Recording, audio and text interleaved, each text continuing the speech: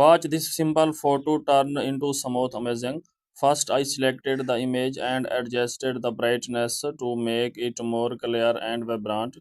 Then I creased the contrast to bring out the details and give it a sharp look.